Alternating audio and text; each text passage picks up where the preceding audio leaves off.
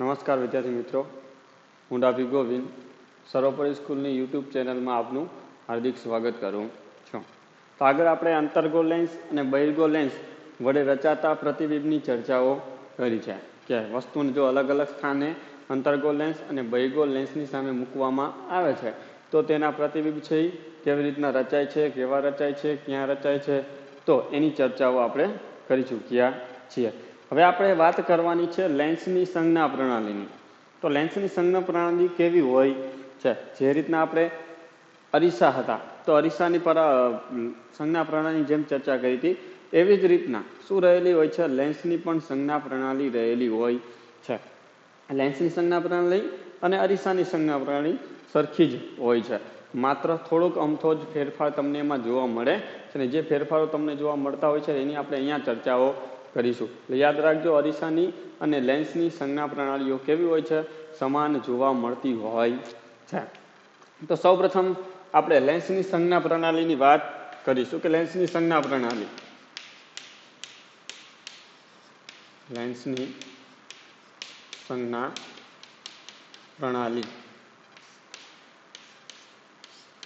તો આપણે અરીસાની અંદર પણ ચર્ચાઓ કરી હતી એ પ્રમાણે અહીંયા પણ હું એક ગ્રાફ છે એની આપણે મદદ લઈ શકતા હોઈએ છીએ. સામાન્ય રીતે આમાં જરૂરિયાત હોય તો નથી પણ સમજવા માટે આપણે લઈ શકીએ છીએ. સમજી લો કોઈ એક બહિર્ગોળ લેન્સ છે. શું છે? બહિર્ગોળ લેન્સ છે. તો આપણે સામાન્ય રીતે આ શું કહેવાય? બહિર્ગોળ લેન્સની આ મુખ્ય અક્ષ છે. મુખ્ય અક્ષ અને આપણું શું કહેતા હોય? દર્પણ મુખ એમ અને એન. આ છે શું છે? એનું પ્રકાશ્ય કેન્દ્ર O. તો અહીંયા જે પ્રકાશ્ય કેન્દ્ર O છે જેને આપણે ગ્રાફને અનુલક્ષીને શું કહેતા હોઈએ છીએ? આપણે બધા જાણીએ છીએ એ પ્રમાણે આને શું કહેવામાં આવે છે? ગ્રાફને અનુલક્ષીને આપણે ઉગમ બિંદુ. શું કહેવામાં આવે છે? ઉગમ બિંદુ તરીકે ઓળખવામાં આવે છે. એટલે લેન્સનું જે પ્રકાશ્ય કેન્દ્ર છે તો લેન્સના પ્રકાશ્ય કેન્દ્રને શું કહેવામાં આવે છે? ઉગમ બિંદુ તરીકે ઓળખવામાં આવે છે અથવા ઉગમ બિંદુ કહેવામાં આવે છે. તો આ પહેલી બાબત છે જેને આપણે ક્લિયર કરવાની છે અને લખવાની છે કે લેન્સનું જે પ્રકાશ્ય કેન્દ્ર છે તો લેન્સના પ્રકાશ્ય કેન્દ્રને શું કહેવામાં આવે છે? લેન્સનું ઉગમ બિંદુ કહેવામાં આવે છે. કે લેન્સનું પ્રકાશ્ય કેન્દ્ર લેન્સનું પ્રકાશ્ય કેન્દ્ર O એ ઉગમ બિંદુ તરીકે લેવામાં આવે છે. યાદ રાખજો, લેન્સના જે પ્રકાશ્ય કેન્દ્ર છે તો લેન્સના પ્રકાશ્ય કેન્દ્રને શેના તરીકે આપણે લઈએ છીએ? ઉગમ બિંદુ તરીકે લઈએ છીએ. જ્યારે આ શું છે? લેન્સની મુખ્ય અક્ષ છે. તો જે મુખ્ય અક્ષ છે એને આપણે ગ્રાફની અંદર શેના વડે દર્શાવતા હોઈએ છીએ? એક્સ અક્ષ તરીકે. શેના તરીકે? એક્સ અક્ષ તરીકે દર્શાવવામાં આવે છે. તો બીજી બાબત પણ તમે કહી શકો છો કે લેન્સની મુખ્ય અક્ષને શું કહેવાય? એક્સ અક્ષ તરીકે. લેન્સની મુખ્ય અક્ષને એક્સ અક્ષ તરીકે લેવામાં આવે છે. આ જે લેન્સની મુખ્ય અક્ષ છે અને આ જે મુખ્ય અક્ષ છે એને શું કહેવામાં આવે છે? એક્સ અક્ષ આપણે કહેતા હોઈએ છે કાર્તેશિયન પદ્ધતિ અનુસાર. હવે જો પ્રકાશ્ય કેન્દ્ર છે ને પ્રકાશ્ય કેન્દ્રમાંથી આ શું થાય છે? પસાર થાય છે. અને આ જે પસાર થાય છે તેને આપણે સામાન્ય રીતે શું કહેતા હોઈએ છીએ? વાય અક્ષ કહેતા હોય. શું કહેતા હોઈએ છીએ? વાય અક્ષ તરીકે આપણે ઓળખતા હોઈએ છીએ. એટલે કે પ્રકાશ્ય કેન્દ્રમાંથી પસાર થતું અને આકૃતિમાં જે સમતલ છે તો આ જે હોય છે એને શું એના તરીકે ઓળખવામાં આવે છે? વાય અક્ષ તરીકે ઓળખવામાં આવે છે. તો આપણે એને લખી શકીએ વાય અક્ષ પ્રકાશ્ય કેન્દ્રમાંથી પસાર થતો અને આકૃતિમાં સમતલમાં આવેલો હોય છે. જો વાય અક્ષ છે એ શું થાય છે? પ્રકાશ્ય કેન્દ્રમાંથી પસાર થાય છે અને આકૃતિ છે એ આકૃતિના સમતલમાં આવેલો હોય છે. આ બાબત ખાસ કરીને શું કરવાની છે? યાદ રાખવાની છે. વાય અક્ષ એ પ્રકાશીય કેન્દ્રમાંથી પસાર થતો, પ્રકાશીય કેન્દ્રમાંથી પસાર થતો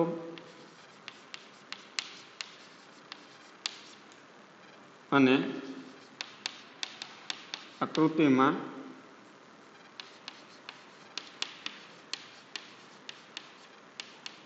સમતલમાં આવેલો છે. યાદ રાખજો, જો y અક્ષ છે એ પ્રકાશીય કેન્દ્રમાંથી શું થાય છે? પસાર થાય છે. અને આકૃતિનું આ જે સમતલ છે એ સમતલમાં આવેલો છે. સૌપ્રથમ લેન્સનું જે પ્રકાશીય કેન્દ્ર છે એ ઉગમ બિંદુ તરીકે લેવામાં આવેલું છે. મુખ્ય અક્ષ છે, મુખ્ય અક્ષને x અક્ષ તરીકે લેવામાં આવેલી છે. હવે y અક્ષ છે, y અક્ષ છે એ શું છે? પ્રકાશીય કેન્દ્રમાંથી પસાર થાય છે અને આકૃતિના સમતલમાં આવેલો છેલ્લા ત્રણ બાબુ ઉગમ બિંદુ, x અક્ષ અને y અક્ષ એ કાર્તીય સંજ્ઞા પ્રણાલી અનુસાર આવી રીતના દર્શાવવામાં આવતું હોય છે. તો સામાન્ય રીતે હું અહીંયા અંક લખી દઉં છું કે આ જે અંક હોય છે અહીંયા -1 હોય, -2 હોય, -3 હોય, -4 હોય. અહીંયા એવી જ રીતના +1 હોય, +2, +3, +4.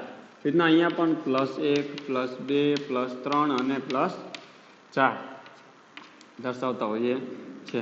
એવી જ રીતના અહીંયા -1, -2, -3 અને -4 વડે આપણે દર્શાવતા હોઈએ છીએ. તો આવી રીતના એને દર્શાવવામાં આવે છે. તો અહીંયા આપણને ખબર પડી જાય. આપણે આગળ ઘણા બધા પ્રતિબિંબો મેળવી ચૂક્યા છે ને એટલા જ માટે આપણને ખબર છે વસ્તુને આપણે ફરજિયાત ક્યાં મૂકીએ છીએ? અહીંયા મૂકીએ છીએ કે અહીંયા? તો આપણે બધાને ખબર છે કે વસ્તુને આપણે ક્યાં? આ બાજુ અહીંયા કોઈ વસ્તુને મૂકેલી હોય. સમજી લો, અહીંયા કોઈ વસ્તુને મૂકવામાં આવેલી છે. શું છે આ વસ્તુ? તો વસ્તુને આપણે કઈ બાજુ મૂકેલી છે? એટલે કે આ બાજુ. આ બાજુ એટલે કે ડાબી બાજુ, લેન્સની સામેની બાજુ આપણે વસ્તુને મૂકવામાં આવેલી છે. તો વસ્તુમાંથી ઉદ્ભવતું પ્રકાશ છે એ કઈ દિશામાં જશે? આ દિશામાં જાય. અને આ દિશામાં એટલે કે આપાત કિરણની દિશા. કઈ દિશા? આપાત કિરણની દિશા. તો જો તમે જોઈ શકો છો કે આપાત કિરણની દિશા છે એટલે આ દિશા છે. તો આપાત કિરણની દિશામાં આ જે મૂલ્ય છે એ કેવું છે? આપણે જોઈ શકીએ છીએ. આપાત કિરણની દિશામાં મૂલ્ય કેવું હોય? તમે કહી શકો અહીંયા જે મૂલ્ય છે એ કેવું છે? આ જે મૂલ્ય છે એ ધન છે. આ મૂલ્ય છે એ પણ ધન છે. આ મૂલ્ય ઋણ છે. આ મૂલ્ય પણ ઋણ છે.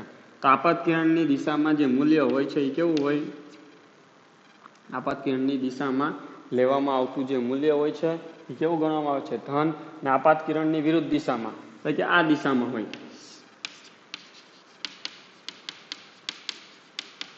આપાત કિરણની વિરુદ્ધ દિશામાં મૂલ્ય હોય એ કેવું લેવામાં આવે છે? ઋણ.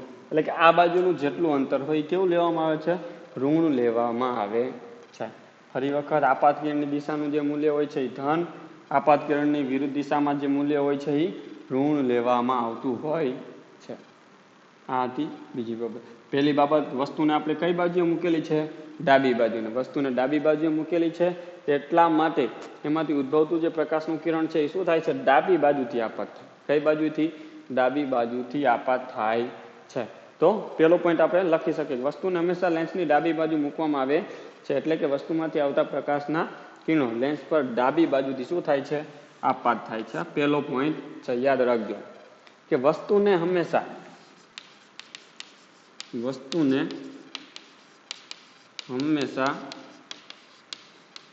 લેન્સની ડાબી બાજુ મૂકવામાં આવે છે. તેથી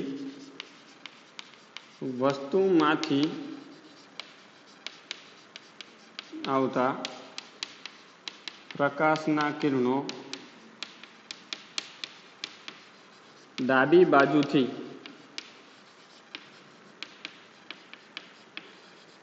આપાત થાય છે. એટલે કે વસ્તુને હંમેશા શું કરવામાં આવે છે? લેન્સની ડાબી બાજુએ મૂકવામાં આવે છે. અને ડાબી બાજુએ મૂકવામાં આવતું હોવાથી તે એમાંથી આવતા જે પ્રકાશના કિરણો છે હંમેશા જો અહીંયા મૂકવામાં તો વસ્તુમાંથી ઉદ્ભવ કિરણો શું થાય? આ બાજુએ જ, ડાબી બાજુએથી જ આપણે શું કરતા હોય છે, આપાત કરતા હોઈએ છીએ. આ હતી પહેલા પોઈન્ટની વાત કે વસ્તુ હંમેશા લેન્સની ડાબી બાજુ હોય અને એટલા જ માટે ડાબી બાજુ હોવાના લીધે જ તે વસ્તુમાંથી આવતા પ્રકાશના કિરણો છે ડાબી બાજુ શું થાય છે, આપાત થાય છે. બીજો પોઈન્ટ આપણે જે અરીસાની અંદર જોતા હતા એવી જ રીતના કે બધા જ જે અંતર હોય છે, બધા જ અંતરો પ્રકાશીય કેન્દ્ર O અને મુખ્ય અક્ષને સમાંતર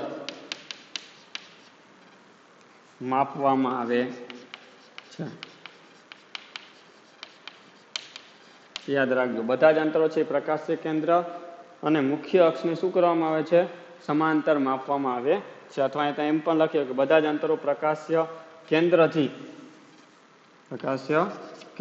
મુખ્ય અક્ષને સમાંતર માપવામાં આવે છે. એટલે મેં વસ્તુને અહીંયા મૂકેલી છે તો મારે અંતર માપવું છે, વસ્તુ છે એ કેટલા અંતર રહેલી છે, તો હું કેવી રીતના માપું છું, આ પ્રકાશીય કેન્દ્ર O થી લઈને અહીંયા સુધીનું આટલું માપ કરું છું તો આટલું અંતર લેવામાં આવે છે. અને આટલું જે અંતર છે, જો પ્રકાશીય કેન્દ્ર અને મુખ્ય અક્ષ એ પ્રકાશીય કેન્દ્રથી મુખ્ય અક્ષને સમાંતર, આ મુખ્ય અક્ષને સમાંતર આપણે શું કરતા હોઈએ છીએ, અંતર માપતા હોઈએ છીએ. એટલે બીજો પોઈન્ટ હતો કે બધા જ અંતરો છે પ્રકાશીય કેન્દ્રથી મુખ્ય અક્ષને સમાંતર માપવામાં આવે છે.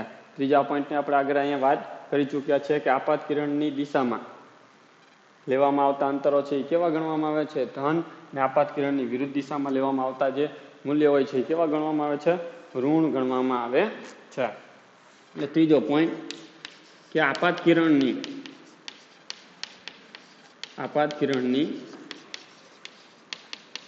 દિશામાં લેવામાં આવતા અંતરો ધન અને આપાત કિરણની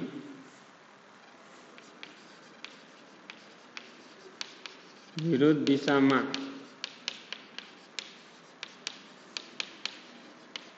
લેવામાં આવતા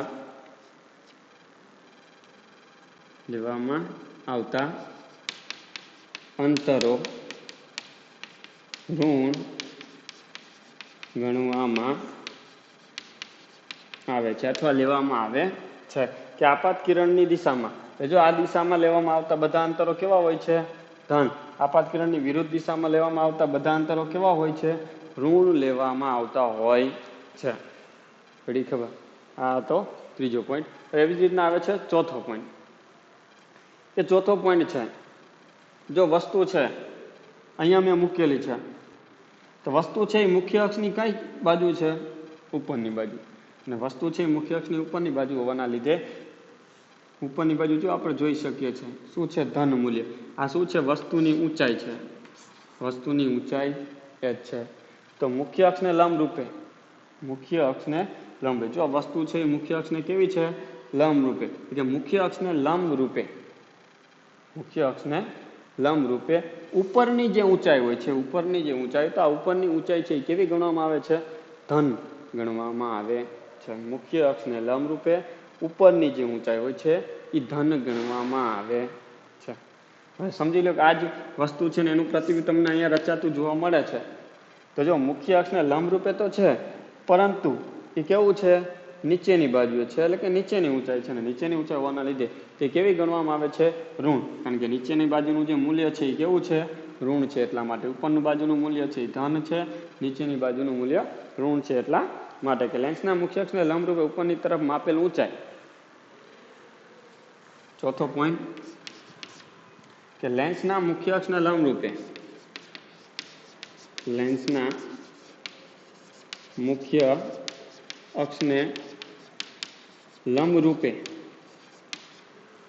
લેન્સના મુખ્ય અક્ષને લંબ રૂપે ઉપર માપેલ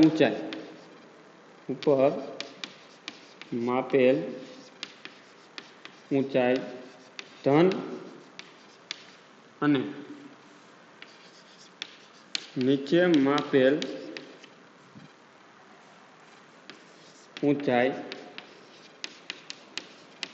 ઋણ લેવામાં આવે છે.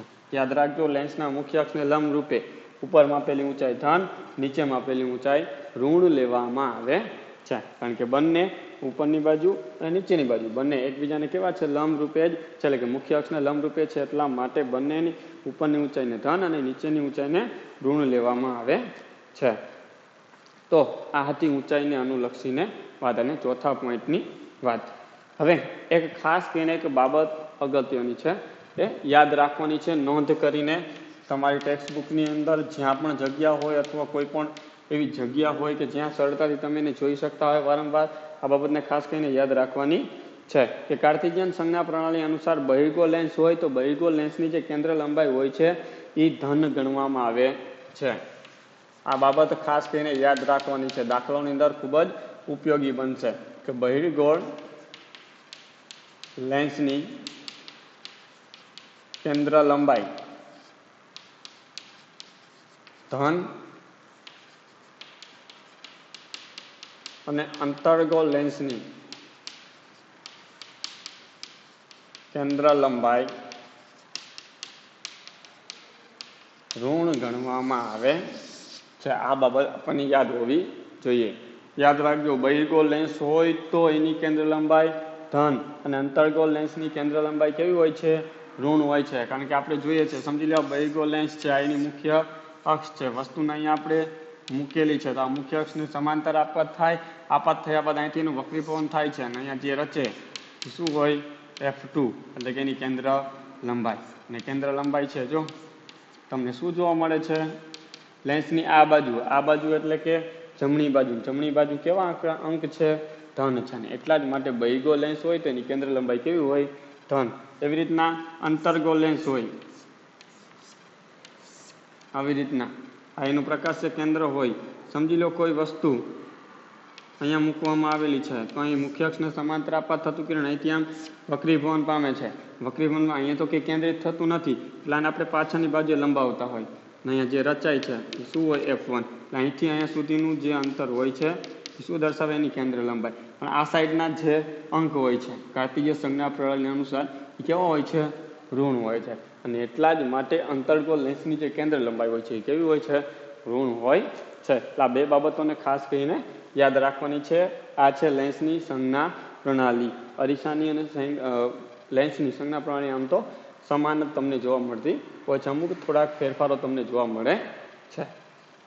આ હતી લેન્સની સંજ્ઞા પ્રણાલી. એનાથી આગળ કે લેન્સનું સૂત્ર, જેમ આપણે અરીસાના સૂત્રની ચર્ચા કરી હતી એવી જ રીતના હવે આપણે લેન્સના સૂત્રની ચર્ચા કરીશું, તેમજ એનો ગાણિતિક સ્વરૂપ છે એના ગાણિતિક સ્વરૂપની પણ ચર્ચાઓ કરીશું.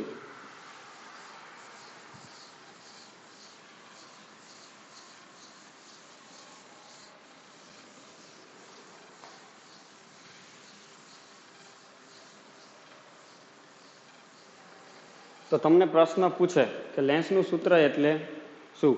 લેન્સના સૂત્રનું ગાણિતિક સ્વરૂપ જણાવો. આવી રીતનો પ્રશ્ન પૂછાઈ શકે છે કે લેન્સનું સૂત્ર એટલે શું? અથવા એમ પણ પ્રશ્ન પૂછે લેન્સ સૂત્ર એટલે શું? લેન્સનું સૂત્ર અથવા લેન્સ સૂત્ર એટલે શું? તેનું ગાણિતિક સ્વરૂપ જણાવો. તેનું ગાણિતિક સ્વરૂપ જણાવો. ખાસ કહીને યાદ રાખજો કે ગોળીય લેન્સના, જો લેન્સનું સૂત્ર છે તો ગોળીય લેન્સના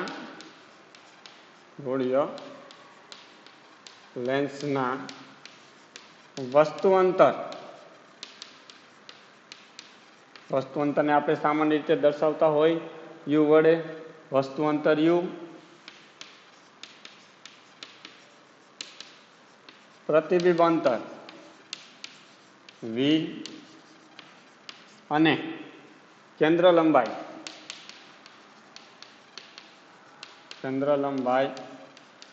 F વચ્ચે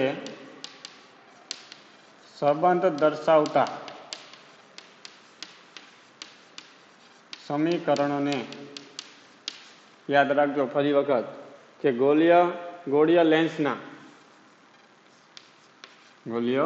લેન્સના વસ્તુ અંતર, પ્રતિબિંબ અંતર અને કેન્દ્ર લંબાઈ. તો આ ખાસ કરીને લખવાનું ભૂલાય નહીં, બાબત યાદ રાખવાની છે, આ ભૂલાવવું જોઈએ નહીં. નહીંતર અરીસા અને લેન્સની અંદર બંનેની અંદર સેમ તમને જોવા મળે છે. આપણે અરીસાની અંદર પણ જોયું હતું કે ગોળીય અરીસાના વસ્તુ અંતર, પ્રતિબિંબ અંતર અને કેન્દ્ર લંબાઈ વચ્ચે સંબંધ દર્શાવતું સમીકરણ હોય તો એને અરીસાનું સૂત્ર કહેવાય. પણ અહીંયા લેન્સ છે એટલા માટે ગોળીય લેન્સના વસ્તુ અંતર અને પ્રતિબિંબ અંતર અને કેન્દ્ર લંબાઈ વચ્ચે સંબંધ દર્શાવતું સમીકરણને શું કહેવામાં આવે છે? લેન્સનું સૂત્ર કહે છે. શું કહેવામાં આવે છે? લેન્સનું સૂત્ર કહે છે. એનું ગાણિતિક સ્વરૂપ, લેન્સનું સૂત્રનું ગાણિતિક સ્વરૂપ તો 1/v માઇનસ 1/u બરાબર 1/f. આ જે સૂત્ર છે તો આ સૂત્રને શું કહેવામાં આવે છે? લેન્સનું સૂત્ર અથવા લેન્સ સૂત્ર. લેન્સનું સૂત્ર અથવા તો લેન્સ સૂત્ર કહેવામાં આવે છે. યાદ રાખજો, અરીસાની અંદર 1/v પ્લસ 1/u બરાબર 1/f હોય છે, જ્યારે લેન્સની અંદર 1/v માઇનસ 1/u બરાબર 1/f હોય છે. જ્યાં v શું દર્શાવે છે? પ્રતિબિંબ અંતર,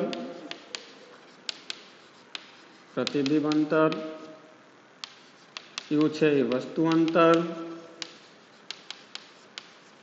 અને f છે તે કેન્દ્ર લંબાઈ દર્શાવે છે. અને આ ત્રણેય વચ્ચેનો જે સંબંધ સ્થાપિત કરતું જે સૂત્ર છે જેને લેન્સનું સૂત્ર કહેવામાં આવે છે. એટલે UVF વચ્ચે સંબંધ દર્શાવતું સમીકરણ એટલે એને લેન્સનું સૂત્ર કહેવામાં આવે છે. 1 માર્ક્સની અંદર આવો પ્રશ્ન પૂછાઈ શકતો હોય છે. તો હવે એનાથી આગળ લેન્સનો આ છેલ્લો પોઈન્ટ તમે ગણી શકો છો. ત્યારબાદ આપણે લેન્સના પાવર વિશે પણ ચર્ચાઓ આગળ કરવાની છે. પણ એ પહેલાં લેન્સની મોટવણી, જેમ અરીસાની મોટવણી હોય એવી રીતના લેન્સની મોટવણી, તો લેન્સની મોટવણી સમજાવો. શું કરવાનું છે? લેન્સની મોટવણી સમજાવવાની છે. તો લેન્સની મોટવણી કોને કહેવામાં આવે? સૌપ્રથમ આપણે વાત કરવાની છે લેન્સની મોટવણીની. તો મોટવણી કોને કહેવામાં આવે છે? તો યાદ રાખજો, પ્રતિબિંબની ઊંચાઈ અને વસ્તુની ઊંચાઈનો જે ગુણોત્તર છે, આ ગુણોત્તરને આપણે શેના વડે દર્શાવવામાં આવે છે? મોટવણી કહેવામાં આવે છે. એટલે કે લેન્સ દ્વારા મળતા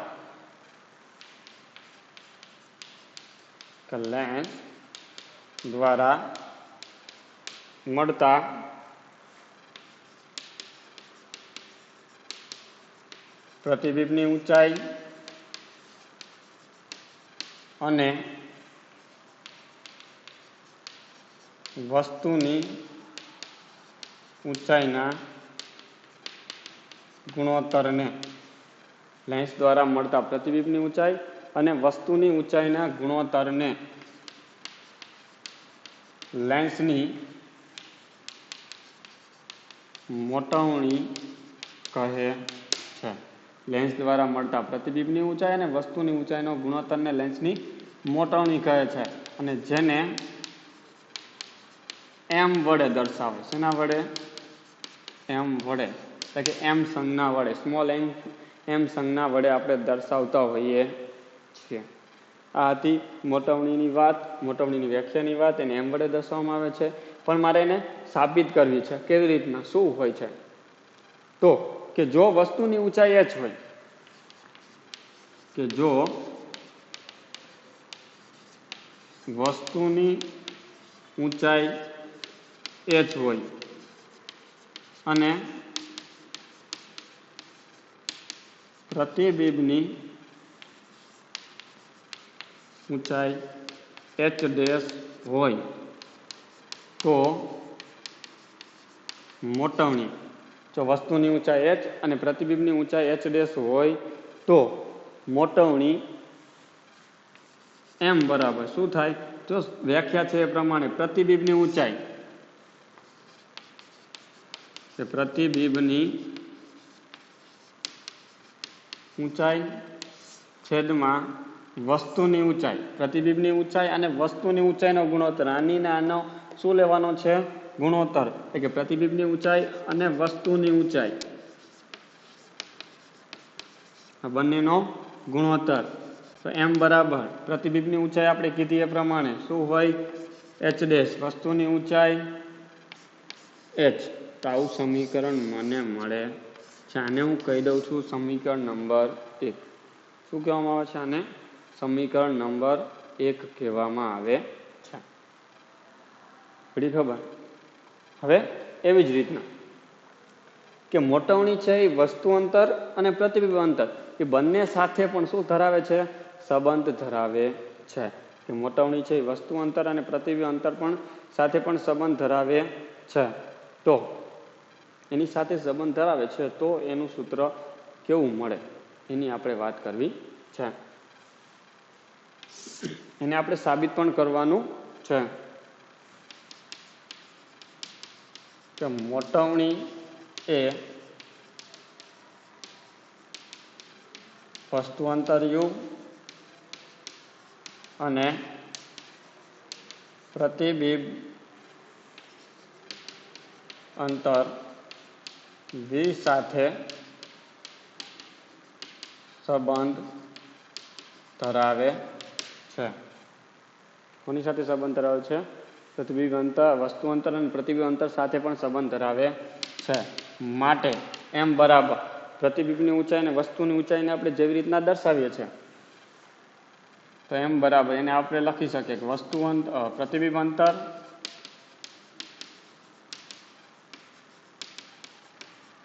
છેદમાં વસ્તુ અંતર. તો એમ બરાબર પ્રતિબિંબ અંતર શું છે? વી. વસ્તુ અંતર શું છે? યુ. તો આવું સૂત્ર મને મળે એમ બરાબર વી ના છેદમાં યુ. અને આને મોટવણીનું સૂત્ર જ કહેવામાં આવે છે. લેન્સની મોટવણીનું સૂત્ર જ છે. પણ આને મારે સાબિત કરવાનું છે. આપણે એમ ડાયરેક્ટલી સ્વીકારવાનું નથી ને સાબિતી તમારે દર્શાવવાની જરૂરિયાત હોતી નથી. પણ તેમ છતાં હું તમને કહી દઉં કે આને આપણે સાબિત કરવું છે તો કેવી રીતના કરી શકાય. ખાસ કરીને ધ્યાન આપજો. ધારો કે કાર્ટેશિયન સંજ્ઞા પ્રણાલી અનુસાર કાર્ટેશિયન સંજ્ઞા પ્રણાલી અનુસાર કાર્ટેશિયન સંજ્ઞા પ્રણાલી અનુસાર વસ્તુની ઊંચાઈ h પણ કેવી રીતના સમજી લો. એક સામાન્ય આકૃતિ દોરીને આપણે જોઈ લઈએ. આ એક બહિર્ગોળ લેન્સ છે.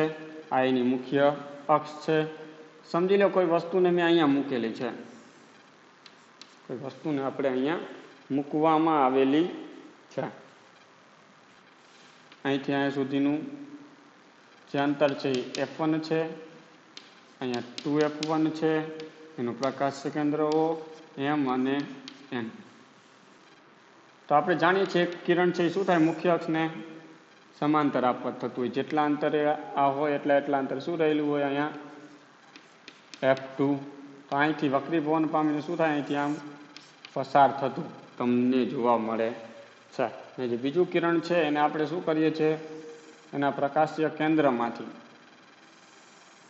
પસાર કરીએ છીએ. એટલે અહીંયા તમને કંઈક એનું પ્રતિબિંબ રચાતું જોવા મળે છે. તો આ શું કહેવાય? વસ્તુની ઊંચાઈ. વસ્તુની ઊંચાઈ h. એ પ્રતિબિંબ મળે છે. તો પ્રતિબિંબની ઊંચાઈ છે એ h ડેશ. પરંતુ આપણે અહીંયા જોઈ શકો છો વસ્તુ છે. અહીંયા વસ્તુ છે. તો અહીંયા જે વસ્તુ છે એ જો તમે આ મુખ્ય અક્ષની ઉપરની બાજુ છે, મુખ્ય અક્ષને લંબ છે પણ ઊંચાઈ છે એ કઈ છે? ઉપરની ઊંચાઈ છે. અને આપણે હમણાં જ સંજ્ઞા પ્રણાલી અનુસાર જોયું કે ઉપરની જે ઊંચાઈ હોય છે એને આપણે કેવી ગણવામાં આવે છે? ધન લેતા હોઈએ છે. અને ધન ગણતા હોય છે એટલા જ માટે અહીંયા જે વસ્તુની ઊંચાઈ છે એને કેવી ગણવામાં આવે છે? ધન. બીજી વાત કરશું પ્રતિબિંબની ઊંચાઈ. પ્રતિબિંબની ઊંચાઈ. તો પ્રતિબિંબની ઊંચાઈ છે જો નીચેની બાજુ તમને જોવા મળે છે પ્રતિબિંબ. તો નીચેની જે ઊંચાઈ હોય છે એને આપણે કેવી ગણીએ છીએ? ઋણ ગણતા હોઈએ છીએ. હમણાં કાર્ટેશિયન સંજ્ઞા પ્રણાલીની અંદર જોયું એ પ્રમાણે. એટલા માટે માઇનસ એચ ડેશ. આ બીજી બાબત. હવે વસ્તુ અંતર. વસ્તુ અંતર. તો વસ્તુ અંતર તમે જોઈ શકો, વસ્તુ અહીંથી અહીંયા સુધી મૂકેલી છે, એટલે અહીંથી અહીંયા સુધીનું અંતર. તો જો આ સાઈડનું જે અંતર હોય, આ સાઈડનું અંતર હોય એ કેવું હોય? આપણે બધા જાણીએ છીએ આ સાઈડના જે અંક હોય કેવા હોય? ઋણ હોય. કેવો હોય? ઋણ. અને જો આ ઋણ હોય તો વસ્તુ અંતર પણ કેવું ગણવું પડે છે? આપણે ઋણ ગણવું પડે છે. એટલા જ માટે વસ્તુ અંતર યુ બરાબર શું આવશે? માઇનસ યુ લેવામાં આવે છે. પ્રતિબિંબ અંતર. પ્રતિબિંબ અંતર. જો પ્રતિબિંબ મને અહીંયા મળેલું છે તો પ્રતિબિંબ અંતર એટલે અહીંથી લઈને અહીંયા સુધીનું જે અંતર છે, તો આવું જે અંતર હોય એને શું કહેવામાં આવે છે? પ્રતિબિંબ અંતર કહેવામાં આવતું હોય છે. તો આ જે પ્રતિબિંબ અંતર છે એ જમણી સાઈડ છે, લેન્સની બીજી બાજુ. તો આ બાજુના જે અંક હોય એ કેવા હોય? આપણે જાણીએ છીએ એ પ્રમાણે કેવા હોય? ધન હોય. અને ધન હોય એટલા માટે જે પ્રતિબિંબ અંતર છે એ કેવું ગણવામાં આવે છે? ધન લેવામાં આવે છે. આથી પ્રતિબિંબની અંતરની વાત કે વસ્તુની ઊંચાઈ ધન હોય, પ્રતિબિંબની ઊંચાઈ ઋણ હોય, વસ્તુ અંતર ઋણ હોય, પ્રતિબિંબ અંતર ધન હોય છે. હવે અહીંયા આપણે આગળ વાત કરી એ પ્રમાણે જો મોટવણી છે ઊંચાઈ સાથે પણ સંબંધ ધરાવે છે, અંતર સાથે પણ સંબંધ ધરાવે છે, બંને સાથે સંબંધ ધરાવે છે.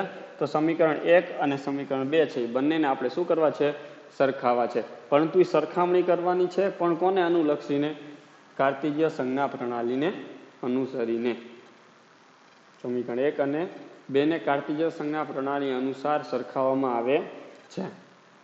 તો અહીં યાદ રાખજો, મોટવણી બંનેની કેવી છે? સરખી જ છે. એટલા માટે આપણે એને દર્શાવતા હોઈએ છીએ. આ પ્રમાણે જોવા જઈએ. સમીકરણ 1 અને 2 પરથી કૌંસમાં લખી દઉં કાર્ટેશિયન સંજ્ઞા પ્રણાલી અનુસાર. કાર્ટેશિયન સંજ્ઞા પ્રણાલી અનુસાર આ જે કાંઈ પણ આપણે નીચે ચર્ચા કરીએ છીએ કાર્ટેશિયન સંજ્ઞા પ્રણાલી અનુસાર એના નિયમોને આધીન છે. તો સમીકરણ 1 અને 2 પરથી સમીકરણ 1 શું છે? સૌપ્રથમ એચ ડેશના છેદમાં એચ. પરંતુ પ્રતિબિંબની ઊંચાઈ આપણે અહીંયા જોઈ કેવી છે? ઋણ છે. એટલા માટે આપણે આને કેવી દર્શાવવી પડે? ઋણ દર્શાવવી પડે. વસ્તુની ઊંચાઈ કેવી છે? ધન, તો એ ધન. પછી સમીકરણ 2 વીના છેદમાં યુ. પરંતુ અહીંયા જે વી છે પ્રતિબિંબ અંતર તો ધન જ છે, પરંતુ વસ્તુ અંતર કેવું છે? ઋણ છે. તો આને મારે ઋણ દર્શાવવું પડે. અને એટલા જ માટે બંને સાઈડ ઋણ ઋણ છે તો ઋણ ઋણ શું થઈ જાય? ઉડી જાય. અને એટલા જ માટે શું મળશે મને? એચ ડેશના છેદમાં એચ બરાબર વીના છેદમાં યુ મળે. પરંતુ એચ ડેશના છેદમાં એચ બરાબર તો મને ખબર છે શું છે? એમ કિંમત છે. પરંતુ એચ ડેશના છેદમાં એચ બરાબર એમ છે. તો માટે એમ બરાબર શું થાય? આના બરાબર એમ મૂકી દો તો એમ બરાબર વીના છેદમાં યુ સમીકરણ મળે. આને શું કહેવામાં આવે છે? લેન્સની મોટવણીનું સૂત્ર કહે છે. એમ બરાબર વીના છેદમાં યુ શું છે? લેન્સની મોટવણીનું સૂત્ર છે. આવી રીતના તમે એને સાબિત કરી શકો છો, પણ આપણે એ કરવાની જરૂરિયાત નથી. ફક્ત ને ફક્ત આટલું જ લેન્સની મોટવણીની અંદર દર્શાવવાનું થાય છે. અને દર્શાવી દો તો સારું કહેવાય. તો આ સાથે આપણી જે લેન્સની મોટવણી છે એની જે ચર્ચા છે અહીંયા શું થાય છે? આપણે પૂરી કરીએ છીએ. હવે આપણે આ ચેપ્ટરનો ફક્ત અને ફક્ત એક જ પોઈન્ટ બાકી છે, લેન્સનો પાવર. તો લેન્સના પાવર વિશે આગળ આપણે ચર્ચા કરીશું. ઘરમાં રહો, સુરક્ષિત રહો.